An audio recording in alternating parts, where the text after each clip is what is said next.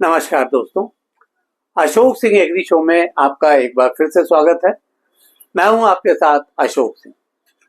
देश में भूमि का आकार पारिवारिक बंटवारे और भूमि के क्रय विक्रय की वजह से लगातार छोटा होता जा रहा है। ऐसे में प्रत्येक इंच भूमि से अधिकतम उत्पादन प्राप्त करना किसानों के लिए आवश्यक बन गया है।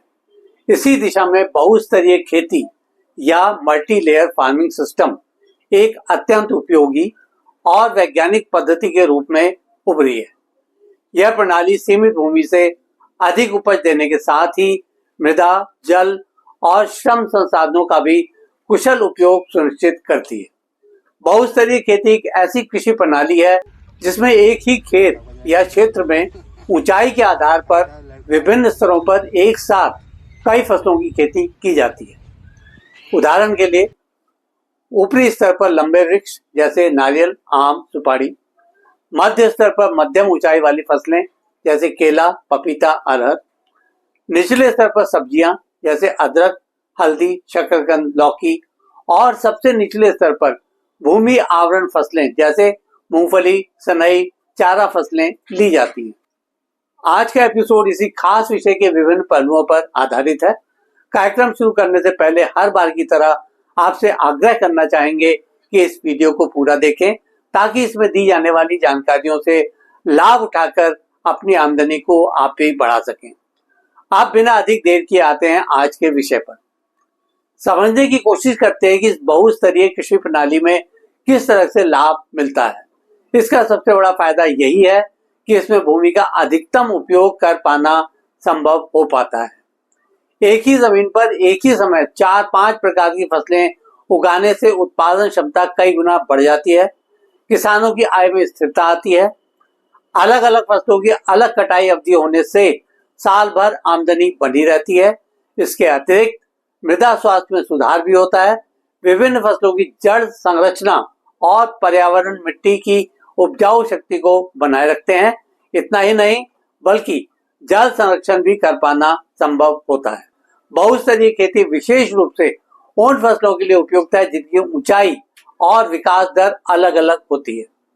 उदाहरण के तौर पर सबसे ऊपरी स्तर यानी कि ट्री लेयर पर नारियल, सुपारी, आम, कटहल, सहजन, नींबू को लगाया जाता है।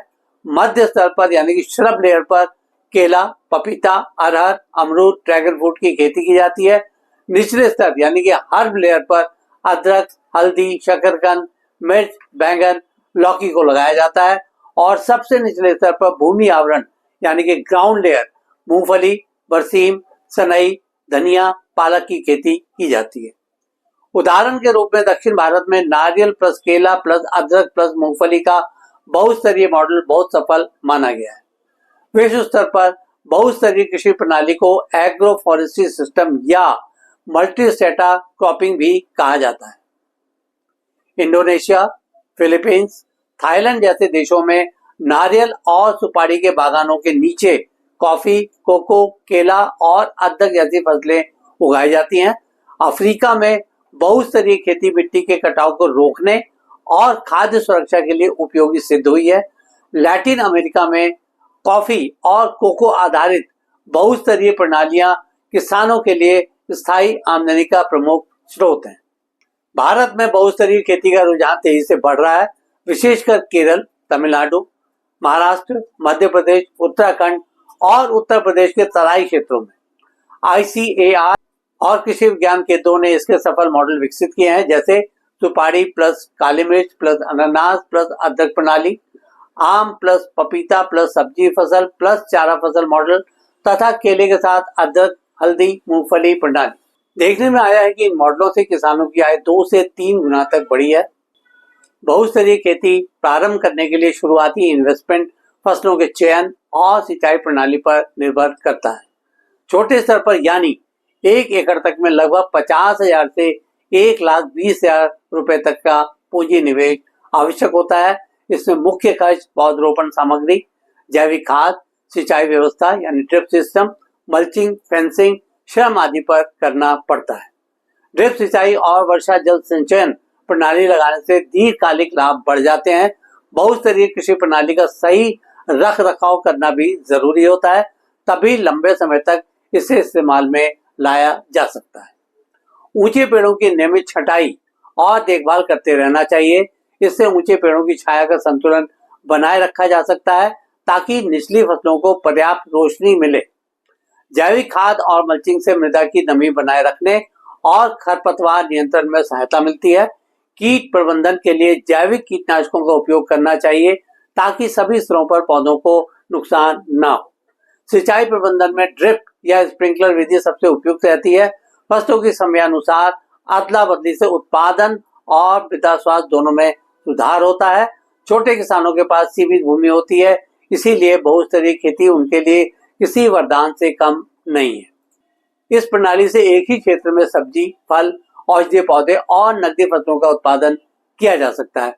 प्रति एकड़ आय 2 लाख से 5 लाख रुपए तक हो सकती है यदि योजना सही हो। स्थानीय बाजार में प्रतिदिन कुछ न कुछ बेचने का अवसर बना रहता है। इस प्रणाली का प्रयोग करने के इच्छुक किसान भाइयों के लिए अब कुछ व्यवहारिक सुझाव। भूमि की ढाल, जल निकासी और धूप की दिशा का पहले मूल्यांकन कर लेना चाहिए। धीरे धीरे इस प्रणाली को विकसित करना चाहिए। पहले 2 स्तरों से शुरुआत करें, फिर बाकी जोड़ें। फसलों का चयन स्थानीय जलवायु और बाजार मांग के अनुसार करना चाहिए। जैविक तरीकों के लिए नजदीकी कृषि विज्ञान केंद्र से संपर्क करना चाहिए।